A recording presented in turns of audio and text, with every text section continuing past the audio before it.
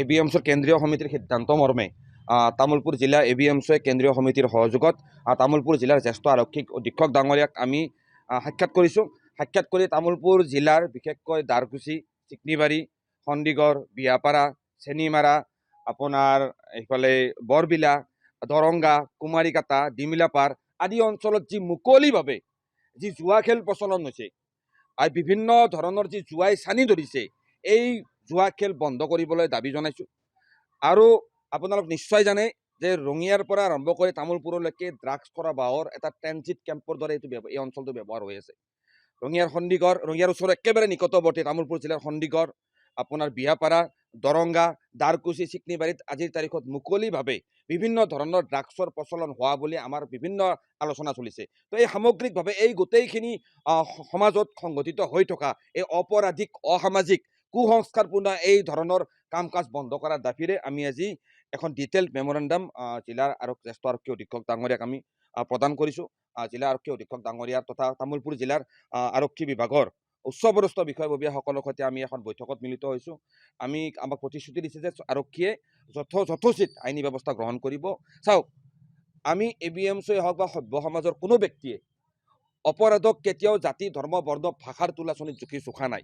কিন্তু আজি অসমত এনেকুৱা এটা বাতাবৰণ একাংশ উগ্ৰ সাম্প্ৰদায়িক শক্তিয়ে সৃষ্টি কৰিব বিচাৰিছে বা এক ৰাজনৈতিক শক্তিয়ে সৃষ্টি কৰিব বিচাৰিছে যে অসমৰ মুছলমান সম্প্ৰদায়টোক এটা অপৰাধ প্ৰৱণ সম্প্ৰদায়, মুছলমান সম্প্ৰদায়টোক এক অপৰাধী মানসিকতাৰ সম্প্ৰদায় হিচাপে ইষ্টাব্লিছ কৰিবলৈ এটা অপচেষ্টা চলিছে। কোনো অপৰাধীৰ জাতি, ধৰ্ম, ভাষা নাথাকে, অপৰাধীয়ে।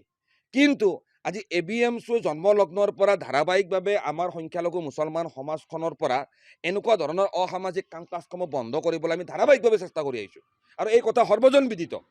কিন্তু আমি দেখিবলৈ পাইছোঁ আমাৰ BTC অঞ্চলৰ বিভিন্ন সংখ্যালঘু মুছলমান অঞ্চলত বা সংখ্যালঘু সমাজখনত একাংশ অপৰাধ মানসিকতাৰ ব্যক্তিয়ে বাৰে বাৰে সমাজখনত জুৱা খেল প্ৰচলন কৰাই হওক, ড্ৰাগছৰ প্ৰচলন কৰাই হওক বা বিভিন্ন ধৰণৰ অসামাজিক কাম কাজ কৰিবলৈ বাৰে বাৰে তেনেকুৱা অপচেষ্টা কৰি আহিছে।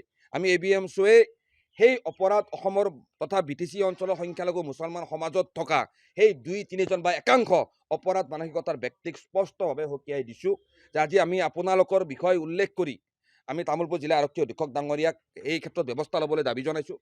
পৰৱৰ্তী সময়ত যদি আমাৰ সমাজখনত, সংখ্যালঘু মুছলমান সমাজখনত এনেকুৱা ধৰণৰ অপৰাধ মানসিকতা থকা ব্যক্তিয়ে সমাজখনত এনেকুৱা ধৰণৰ অসামাজিক কাম কাজ কৰি গোটেই মুছলমান সমাজখনক বদনাম কৰিবলৈ যদি চেষ্টা কৰে, তেতিয়াহ'লে এবিএমছই গণতান্ত্ৰিকভাৱে কঠোৰভাৱে তাৰ বিৰুদ্ধে আমি অভিযান চলাম। আৰক্ষী প্ৰশাসনৰ সহযোগ আমি বিচাৰিম, সংবাদ মাধ্যমৰ সহযোগ বিচাৰিম। কথা এটাই, এজন দুজন অপৰাধ মানসিকতাৰ ব্যক্তিৰ বাবে গোটেই অসমৰ মুছলমান সমাজখনক আমি কেতিয়াও বদনাম হ'ব নিদিওঁ। আমি আজি আত্মসমালোচনা কৰিছোঁ। সেই কথা বুলি এইটো কথা আমি ক'ব যোৱা নাই যে মুছলমানসকলৰ মাজত অপৰাধ মানসিকতা আছে। হয়, ক'ৰবাত এজন ব্যক্তিৰ দ্বাৰাহে অপৰাধ সংঘটিত হৈছে, কিন্তু এজন ব্যক্তিৰ কাৰণে আজি একাংশ তথাকথিত জাতীয়তাবাদী, এক তথাকথিত হিন্দুত্ববাদী, তথাকথিত অসমপ্ৰেমী কিছুমানে গোটেই অসমৰ মুছলমান সমাজখনক অসমৰ জাতীয় জীৱনৰ শত্ৰু বুলি ইষ্টাব্লিছ কৰিব বিচাৰিছে। কেতিয়াও হ'ব নোৱাৰে।